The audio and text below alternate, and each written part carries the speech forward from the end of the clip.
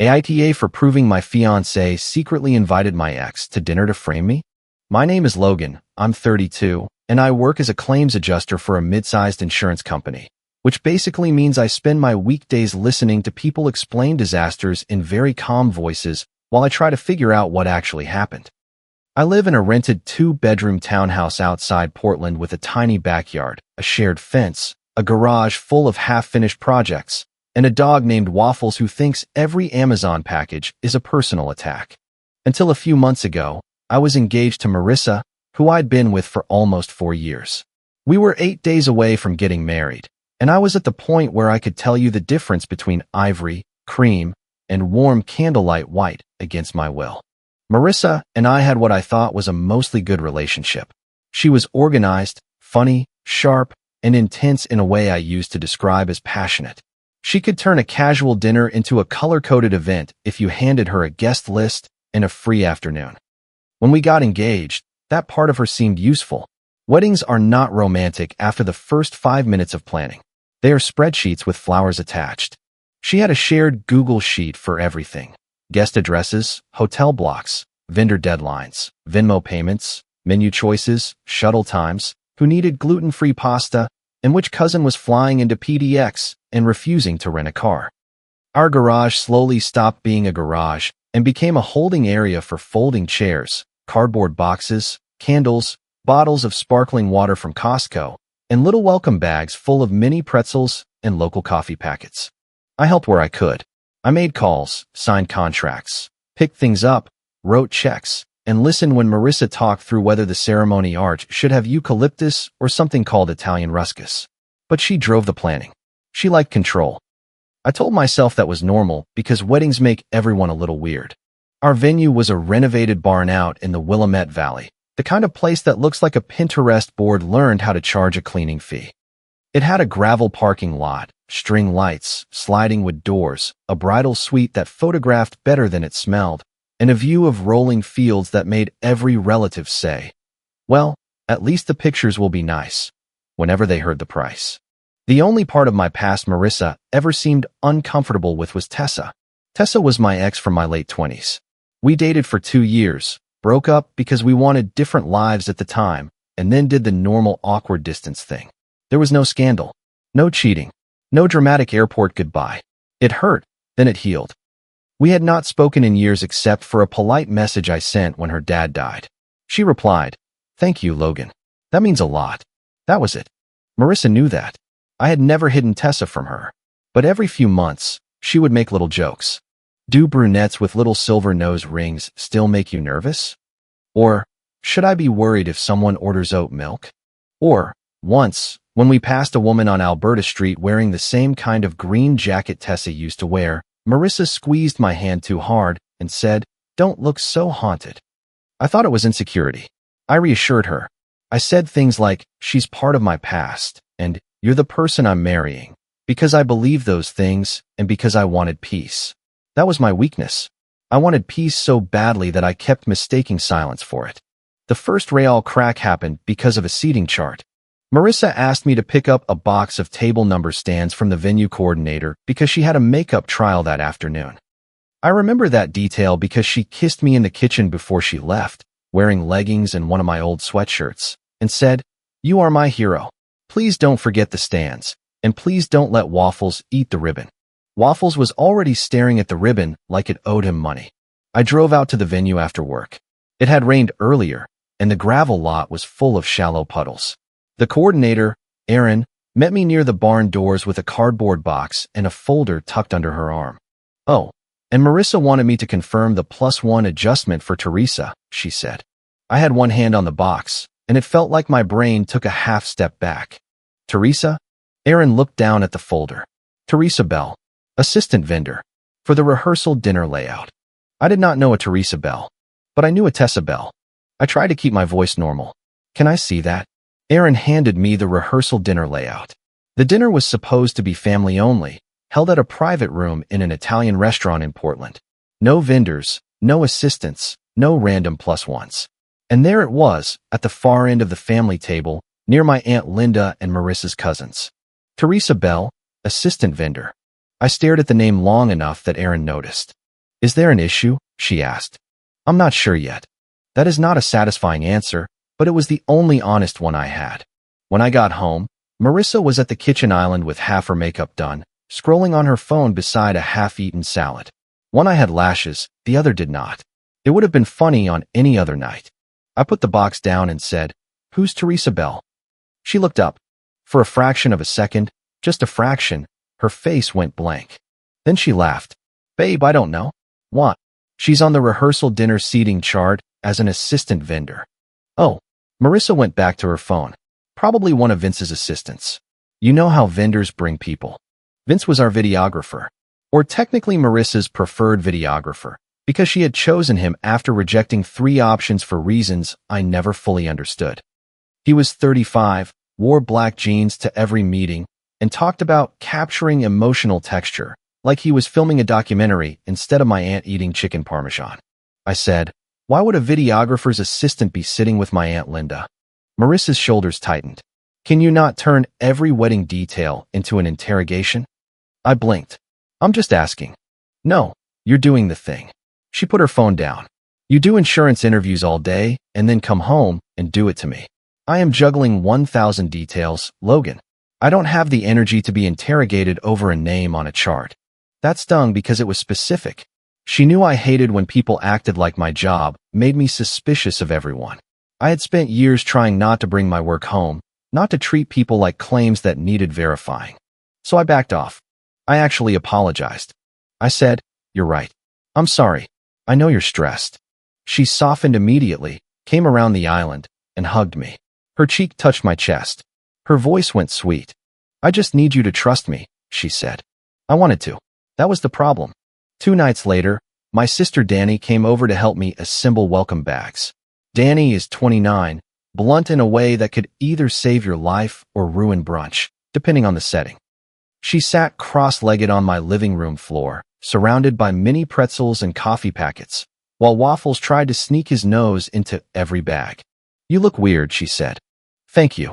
I mean emotionally weird, not face weird, though also tired." I handed her the printed layout I had folded into my work bag. She read it once, then again. Her mouth flattened. "Logan." "What?" "That's Tessa. It says Teresa." Danny stared at me like I had just tried to explain that a raccoon in a trench coat was a businessman. Teresa Bell is Tessa Bell with a fake mustache. I rubbed my forehead. "I know it looks bad." "It doesn't look bad. It looks stupid, which is worse, because stupid lies usually belong to people who think you're easy to fool." I sat back against the couch. Waffles dropped a crumpled welcome bag in my lap, like he was contributing evidence. Danny lowered her voice. "Who sent the chart to the restaurant?" "Marissa." "Then don't ask her again until you know what you're looking at." "I don't want to sneak around." "You're not sneaking around. You're checking if someone is sneaking around you." I hated that. I hated the whole conversation. I hated that my sister looked more worried than surprised. But I also knew she was right. If I asked Marissa again, she would cry, get angry, or make me feel like a cold-hearted investigator for noticing that my ex's almost name had appeared at our family dinner under a fake title. The truth found me before I found it. The next morning, I woke up early because Waffles was barking at a delivery truck 3 streets over. I let him out, made coffee, and checked my email while standing barefoot in the kitchen. There was a message from Tessa. The subject line was, "I think you need to know what your fiancé is doing." I stared at it until the coffee maker started sputtering like it was uncomfortable too. Then I opened it. "Logan, I'm sorry to send this so close to your wedding. I know this is going to be upsetting, and I want to be clear up front that I'm not trying to reconnect with you. I'm not interested in being part of your life or your relationship, but I also can't stay quiet about this. Marissa contacted me about 3 months ago from a fake Instagram account. At first, she pretended to be one of your cousins and asked weird questions about us. I figured it out pretty quickly because she knew details a cousin wouldn't ask about and didn't know details a cousin would. When I confronted her, she admitted who she was. She said she was anxious about the wedding and wanted closure from the woman who knew Logan before he became safe. I stopped reading for a second. Before he became safe. It is a strange thing, seeing someone you love describe you like a renovated house. Like your value is that someone else had already done the messy work. I sat down on the stairs. Waffles came over and licked my wrist, probably because he could smell my pulse doing something dramatic. I kept reading. Tessa explained that she had felt bad for Marissa at first. She thought Marissa was insecure, maybe spiraling under wedding stress. She answered a few harmless questions. Nothing private, she said. Nothing intimate. Mostly confirming that we had not spoken in years and that she had no interest in interfering. Then Marissa started asking if Tessa would come to the rehearsal dinner. Not the wedding. The rehearsal dinner. Marissa called it emotional closure. She said she wanted to prove to herself that I would choose her publicly. Tessa said no. Marissa kept asking. Then she offered her $1,500. All Tessa had to do was show up, sit quietly, and let Marissa discover her. Tessa attached screenshots. There was the fake Instagram account. There were the messages. There was the name Teresa Bell. There was a screenshot of the seating chart Marissa had apparently sent Tessa to review, as if my ex needed to approve where she would be planted at my rehearsal dinner. Then there were voice notes. I did not play them right away. I sat there with my thumb hovering over the first one, feeling like the kitchen, the stairs, the whole townhouse had tilted a few degrees. Finally, I pressed play. Marissa's voice came through my phone, low and rushed. I just need everyone to see that I've been competing with a ghost this whole time. If Logan invited you, nobody would question why I've been so anxious. I need the truth to be visible. I stopped it. My dog whined. I played the next one. I can get you $1,500. You don't have to do anything dramatic. Just show up. I'll handle the rest. I thought that was the whole betrayal. It was not. At the bottom of the email, Tessa had written, "Also, I don't know who Vince is to you, but Marissa sent me messages from a hotel downtown while she said she was at a vendor walkthrough. She mentioned him by name and said he was the only person who understood why she was doing this. I'm attaching those two because it feels connected, and I think you deserve to decide what it means." I read that sentence 3 times. Then I put my phone face down on the step and sat there while Waffles pressed his head against my knee. I did not confront Marissa immediately. That was the hardest part.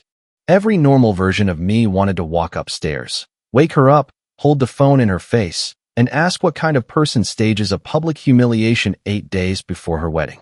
But my work has taught me one useful thing outside of insurance. People tell the cleanest lies when they know exactly what evidence you have. So I went quiet. I called in sick, which I almost never do. I texted Tessa and asked if she was willing to talk. She replied about an hour later. "I can talk at lunch. I want to be clear again. I don't want anything from you. I just don't want to be used." When we spoke, her voice sounded older than I remembered. Not bad. Just like life had happened to both of us in separate rooms. "I'm sorry," she said first. "You didn't do this." I answered her at the beginning. "I shouldn't have. You thought she was scared." "I thought she was human," Tessa said. Then she started sounding like she was writing a scene. That sentence stayed with me. She told me Marissa had become fixated on the idea that I had never fully chosen her because there was no dramatic rejection of Tessa. Tessa said, "I kept telling her that he hasn't spoken to me in years and there is nothing to prove." She didn't like that answer. "Why send it now?" I asked. There was a pause. "Because she emailed me the final seating chart yesterday and said it was happening either way. And because she mentioned Vince again, and it sounded like she was trying to make you look guilty before something else came out." I closed my eyes. "Tessa, are you sure there's nothing else I should know?" "I'm sure I don't know everything," she said, "but I know enough to feel sick." That night, I told Danny. She came over with a laptop, a charger, and the kind of expression people wear when they are ready to do something drastic, but hoping there is a reasonable alternative. We sat at my kitchen table while Marissa was supposedly at her final dress fitting with her mother. The table was covered in wedding junk, ribbon scraps, RSVP cards, a sample menu, and 2 half-burned candles. Marissa was testing for scent strength. Waffles lay under the table with his chin on my shoe. Danny made a timeline. 3 months earlier, fake Instagram contact began. 2 months earlier, Marissa added Vince to nearly every wedding planning thread, even ones that had nothing to do with video. 6 weeks earlier, Marissa started having late-night timeline edits with Vince. That was what she called them, timeline edits. I had joked once that their timeline must be the size of a novel. She did not laugh. For weeks earlier, there was a charge on our wedding credit card for a downtown hotel. I remembered the charge. Marissa had told me it was a deposit for additional lighting at the venue because Vince knew a guy. I had been irritated but tired, and she had said, Please don't make me justify every expense. So I let it go. Danny pulled up the credit card statement and pointed at the merchant name. That is not lighting. No, that is a hotel. Yes. You understand I am trying very hard not to scream. Same. Then Danny found the dumbest clue, because people who think they are clever always forget something dumb. Vince had posted an Instagram story from a hotel room balcony. He had saved it to a highlight called Work Life, which was the kind of thing a man like Vince would do. You could not see Marissa in the video. You could see a downtown view, a room service tray with 2 coffee cups, and in the reflection of the balcony glass, a garment bag from the bridal boutique where Marissa had her dress fittings. The timestamp matched the afternoon Marissa said she had been finalizing floral arrangements with her mother. Danny turned the laptop toward me. Tell me I'm not seeing that. I looked at the reflection. The boutique logo was faint but readable. A little gold hanger. Marissa had shown me that logo on a dozen emails. You're seeing it. Danny leaned back. I hate her. Don't. I do. I can be emotionally honest for both of us right now. The phone bill did not show message contents, but it showed volume. Vince's number appeared constantly. Early morning, late night, days when Marissa told me she was too overwhelmed to talk. There were Venmo notes too. Little payments between Marissa and Vince with stupid labels like coffee, battery pack, and once, for saving me. That one made Danny so angry she had to walk into the backyard and breathe in the rain. I saved everything. Screenshots, PDFs, phone records, credit card statements, Tessa's email, the voice notes, the seating chart, Vince's Instagram story. Copies went to a new email address Marissa did not know about. Copies went to Danny. I printed the most important pieces at a local print shop while a man next to me printed a poster for his lost cat. It felt absurd that the world kept doing normal things while mine was turning into a stack of paper. Then I called the venue. Aaron answered brightly. Hi, Logan. Almost there. Yeah, I said. I need to ask what it would cost to cancel or convert the reception. There was a long silence. I'm sorry, she said carefully. That sounds like a very loaded question. It is. She did not pry. Maybe venue coordinators hear everything eventually. She walked me through the contract. We would lose part of the deposit. Some catering costs were locked in. The flowers were probably gone unless the florist could repurpose them. The bar package could be reduced. The venue could convert part of the reception into a smaller family meal if I wanted, but it would still hurt financially. I thanked her and hung up. Then I sat in my truck outside the grocery store and cried for the first time. Not movie crying. Not a dramatic sob into the steering wheel. Just quiet, humiliating leaking while people pushed carts past me with baguettes and paper towels.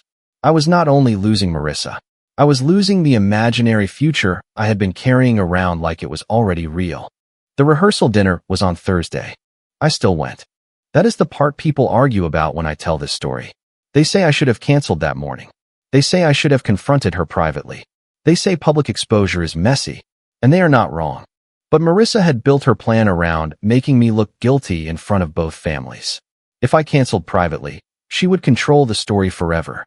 She would tell everyone I panicked because my ex was coming. She would cry to her mother, and her mother would call mine, and by the time the truth crawled out, it would already be wearing mud. I did not need revenge. I needed witnesses. Tessa agreed to come, but only under one condition. She would sit near the exit and leave the second things got hostile. I told her she could bring someone. She brought her older brother, a broad-shouldered guy named Marcus who looked like he had been waiting his whole life to silently judge a room full of strangers. The rehearsal dinner was at a family-owned Italian restaurant on the east side, in a private room with framed black and white photos on the walls and one server who honestly deserved a medal. There was one long table set with little candles and glass holders, folded napkins, and printed menus with our names at the top. Logan and Marissa. Seeing my name next to hers felt ridiculous by then, like seeing your own name on a warning label. My parents arrived early. My mother, Nora, hugged me a little too long. She was 59, soft-spoken, and more observant than people gave her credit for. She had already noticed something was wrong because mothers have radar and because I had apparently been answering family group texts with the emotional range of a parking meter. Are you okay? She asked quietly. No. Her face changed. I said, I need you to trust me tonight. She looked over my shoulder at Danny, who gave a tiny nod. My mother said, Okay. My father, Pete, stood beside her with his hands in his jacket pockets. He hated public drama. He hated scenes. He once left a hardware store because two strangers were arguing about mulch. But when he looked at me, he did not tell me to keep things polite. He just said, "We're here." Marissa arrived 10 minutes late in a white jumpsuit and heels, smiling like she was walking into a magazine spread. Her hair was curled, her lipstick perfect. Carla and Graham came in behind her. Carla, her mother, was already scanning the room like she was checking whether the family looked expensive enough. Graham looked tired and kind, the way conflict-avoidant men often do when they know weather is coming but hope it misses their street. Vince came in after them with a camera bag. Nobody had hired him to film the rehearsal dinner. I looked at Danny. Danny looked at Vince's camera bag and mouthed, "Seriously?" Dinner started tense, but normal. People talked about flights, rental cars, the rain forecast, and whether the barn would be muddy. My Aunt Linda asked if the dress code meant nice boots or church boots. One of Marissa's cousins complained about the hotel block being too far from a decent brunch place. The server brought bread, salad, wine, and plates of pasta that no one really tasted. My dad stood to give a toast before the entrees. It was short because he is not a speech guy. "Marriage," he said, clearing his throat, "is not about everything being easy. It's about being honest when it isn't. It's about patience. It's about choosing each other in the small moments, not just the big ones." My throat tightened so hard it hurt. Marissa squeezed my hand during it. Her palm was cold. Then she saw Tessa. I watched it happen. Her eyes moved toward the end of the table and stopped. Tessa sat near the exit, exactly where we had agreed. Marcus sat beside her with his arms folded. Tessa wore a dark sweater and no expression except the kind people use when they are bracing for impact. Marissa froze. Not because she was surprised Tessa was there. Because she was surprised Tessa was calm. Then Marissa stood so fast her chair scraped against the floor. "Are you kidding me?" she said. The room went quiet. I looked up at her. "What's wrong?" She pointed at Tessa with a shaking hand that was almost convincing. "You invited her?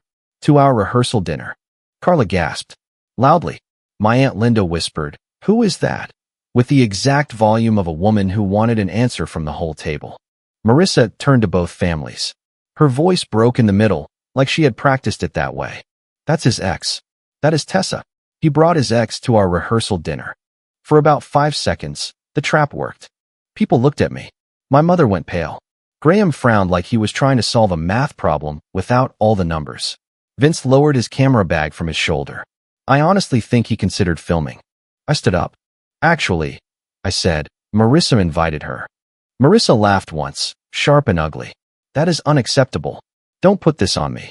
I reached inside my jacket and took out the printed seating chart. My hands were steadier than I expected. I placed it on the table between the candles and the bread basket. "This is the version you sent to the restaurant. Teresa Bell, assistant vendor." Marissa looked at it. Her face did not fall apart. It adjusted, like she was switching scripts. "I don't know what that is." "You don't?" "No." I put down the screenshots next. "These are messages you sent Tessa from the fake Instagram account." Marissa's voice rose. "Those can be faked." I nodded. "That's why I also have the voice notes." Danny stood before anyone could fully process that sentence. She walked to the corner where the restaurant had a small speaker for private events. Earlier, she had asked the server about Bluetooth, pretending we wanted music for dessert. I had thought it was too much at the time. In that moment, I loved her with my whole tired heart. "Danny," Marissa snapped, "don't you dare." Danny looked at her. "You already did." Then Marissa's voice filled the room. "I just need everyone to see that I've been competing with a ghost this whole time. If Logan invited you, nobody would question why I've been so anxious. I need the truth to be visible." No one moved. The restaurant noise outside the room seemed too cheerful. Plates clinking. Someone laughing. A birthday song starting and dying at another table. Then the second clip played. "I can get you $1,500. You don't have to do anything dramatic. Just show up. I'll handle the rest." Carla whispered, "Marissa?" Marissa looked around the room. Her face had gone red in patches. "I was scared," she said. "I was scared because he never gave me real closure about her." Tessa stood up. Her hands were shaking, but her voice was steady. "I told you no. Multiple times." Marissa pointed at her. "You don't get to act innocent." Tessa flinched, and Marcus stood halfway out of his chair. I said, "Leave her alone." Marissa turned on me. "You made me question my own sanity." "No," I said. "You made a plan." Vince made the mistake of opening his mouth. "This is really not the place," he said. I looked at him. "You're right," I said. "The hotel downtown was the place, wasn't it?" The room changed. That sentence did more than the voice notes. It shifted the air from confusion to recognition. People understand betrayal faster than they understand manipulation. It is uglier, but it is simpler. Marissa whispered, "Logan." I put the hotel receipt on the table, then the credit card statement, then the phone record, then the printed screenshot of Vince's Instagram story, with the boutique garment bag reflected in the glass. "You used our wedding credit card for the room," I said. "You told me it was a deposit for additional lighting at the venue." Vince stared at the paper like it might disappear if he hated it enough. My dad said quietly, "Jesus." Graham stood up slowly. He looked older than he had 10 minutes earlier. He looked at Vince. "Were you having an inappropriate relationship with my daughter?" Vince said nothing. That was the answer. Carla started crying, but not like Marissa. Carla cried like someone whose table settings had been ruined in public. She kept saying it was not appropriate, as if appropriateness was still in the room somewhere waiting to be rescued. Marissa reached for me. "Can we talk outside?" I stepped back. "No." "Logan, please." "No." The server appeared in the doorway holding a tray of tiramisu, saw the room, and slowly backed away like she had walked into a severe family conflict. The rehearsal dinner ended before dessert. Tessa left immediately with Marcus. Before she went, she stopped near me. "I'm sorry, Logan," she said. "I really am. I know. I'm not trying to be in your life. I know that too." She nodded, and then she left. There was no meaningful look, no old feelings rushing back, no movie version of closure. Just two people who had once mattered to each other standing in the wreckage of someone else's lie. Marissa followed me into the parking lot. It had started raining, because Oregon has a gift for timing. The restaurant sign glowed red against the wet pavement. Families stood in little stunned clusters near their cars, pretending not to watch while absolutely watching. Marissa was crying hard now. Real crying, I think. But real tears do not automatically mean real accountability. "It was emotional," she said. "You don't understand what this felt like." I stood beside my truck. "What part?" "Feeling like I was second place." "You weren't." "I felt like I was." "So you tried to frame me." "I was scared." "And Vince?" She wiped under her eyes, smearing mascara. "He meant nothing." "That's not better." "It was a mistake." I looked at her. She swallowed. "A mistake that happened twice." Even then, after everything, my brain paused on the stupidity of that sentence. A mistake that happened twice. Like she had tripped into a hotel room, gotten up, and tripped into it again. Then she said, "You humiliated me in front of my family." That was the moment something inside me went still. Not numb. Clear. "No," I said. "I refuse to be framed in front of mine." She stared at me like she had never considered that my humiliation was part of her plan. Like it had been a prop, not a wound. I took off my ring and put it in my pocket. Her eyes widened. "Logan, the wedding is off. You can't just decide that right now." I just did. She looked past me toward the restaurant, toward her parents, toward the life she had arranged so carefully that she forgot I was a person inside it. "You're going to throw away 4 years?" I opened my truck door. "No, I'm stopping you from using them as leverage." My parents drove me home because Danny said I should not be alone behind a wheel, and she was right. Danny stayed at the restaurant long enough to make sure Tessa got out safely and to collect the printed menus because, in her words, they were evidence, and she hated them. When I got home, Waffles lost his mind like I had been gone for 6 months instead of 6 hours. He jumped, barked, spun in circles, and then stopped suddenly when he saw my face. "Dogs know." He pressed against my leg while I stood in the entryway looking at the boxes of wedding decorations stacked in the hall. My mother came in behind me and quietly started making tea. My father took the trash out even though the bag was only half full. That is what he does when feelings are too large. He handles objects. Danny sat on my couch and said, "I know this is not the point, but I am keeping one of those honey jars as a cursed artifact." That made me laugh. It came out cracked and ugly, but it was a laugh. The next morning, I canceled the wedding. There is no graceful way to cancel a wedding 8 days out. It is phone calls, emails, deposits, apologies to people who do not deserve apologies, and practical questions that feel obscene. Can the florist redirect the arrangements? Can the hotel block be released? Can the shuttle deposit be partially refunded? What happens to the cake? Do we still need the linens? What should we tell Uncle Ray, who already flew in from Phoenix and is apparently at a casino in Vancouver? The venue kept part of the deposit, but Erin helped me convert a portion of the catering into a smaller family meal for relatives who had already traveled. She did not say, "I'm sorry," too many times, which I appreciated. She just said, "We'll make this as painless as the contract allows." Graham called me personally that afternoon. His voice sounded rough. "I won't ask you to reconsider," he said. "Thank you. I didn't know about Vince." "I believe you." He exhaled. "I knew Marissa had talked to your ex. Carla knew more than I did. We both thought it was cold feet and insecurity. That was a mistake. I did not know what to say to that." He continued, "I'd like to cover the non-refundable costs from our side. It doesn't fix anything, but it's right." I accepted because pride gets expensive fast when contracts are involved. Carla did not call. She sent one text. "I hope someday you understand fear makes people act irrationally." I stared at it for a while, then deleted it without answering. Vince's contract had a morality clause because the venue had recommended him as a preferred vendor. I forwarded the evidence to Erin. I did not do it to ruin him. I did it because I did not want another couple paying thousands of dollars to a man who used client meetings as cover for engaging in an inappropriate relationship with a client. A week later, Erin emailed me one sentence. "Vince is no longer on our preferred vendor list." That was enough. Marissa moved out of my townhouse 2 days after the rehearsal dinner while I was at my parents' house. She took the espresso machine we bought together, 3 throw blankets, and the good Dutch oven. She left behind 14 boxes of wedding favors. They were tiny jars of local honey with labels that said M+L forever in gold script. For a while, I hated those jars more than anything. They sat in the garage beside the table number stands and extra candles. Every time I went out there to get dog food or a screwdriver, I saw them. M+L forever. M+L forever. M+L forever. A whole cardboard army of tiny lies. Marissa tried to reach out twice. The first message came 3 weeks later. "I'm in therapy. I know I hurt you. I want to apologize without expectations when you're ready."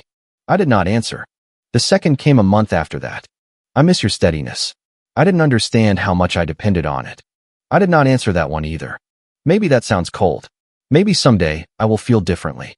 But I spent 4 years being steady for someone who saw steadiness as something she could lean on while lying. I did not owe her one more calm place to land. Tessa and I are not friends now. We are not secretly reconnecting. There was no movie ending where the ex walks back into my life and everything suddenly makes sense.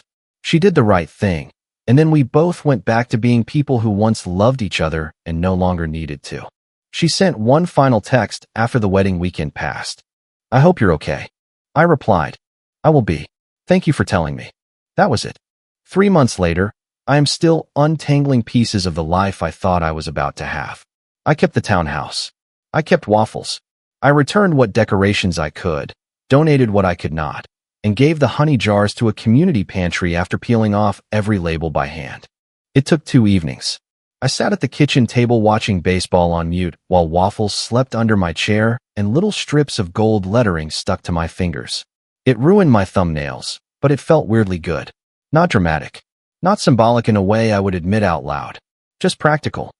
One label at a time, the jar stopped saying forever and started being honey again. The biggest surprise was not losing Marissa. It was realizing how much of myself I had been shrinking to keep her calm. I used to think love meant proving, over and over, that I was safe enough to be trusted. I answered the same questions. I softened my tone. I apologized when I had not done anything wrong because an argument felt more dangerous than swallowing the unfairness. I thought that made me patient. Now I think love should feel like being believed without having to submit evidence. So no, I did not get married that weekend. On what would have been my wedding day, my parents, Danny, and a few friends came over. We grilled burgers in my tiny backyard while rain tapped against the patio umbrella and smoke from the grill kept blowing into my father's face no matter where he stood. My mother brought potato salad. Danny brought beer and, for reasons known only to her, a tiny plastic bride and groom cake topper she had found in one of the boxes. She put it beside the ketchup. "Too soon?" she asked. "Yes," I said. She reached for it. I stopped her. "But leave it." We ate under the covered part of the patio while Waffles patrolled the yard like security. At one point, he stole a hot dog bun from the edge of the table and ran in circles through the wet grass, ears back, tail high, absolutely convinced he had saved us all from something. Everyone laughed. I laughed too. Not because everything was fine. It was not. There were still bills to settle, vendors to email, relatives to update, and quiet moments where the house felt too large for one person and one suspicious dog. But nobody was asking me to prove what I knew. Nobody was turning my calm against me. Nobody was building a trap and calling it love. The rain kept falling, soft and steady, and Waffles finally dropped the bun near the back door, soggy and defeated. My dad picked it up with grill tongs and said, "Well, that seems done." For the first time in weeks, I looked around my little backyard and did not feel like something had been taken from me. I felt like something had been returned. If you liked it, don't forget to leave a comment and support the channel by subscribing. See you in the upcoming stories.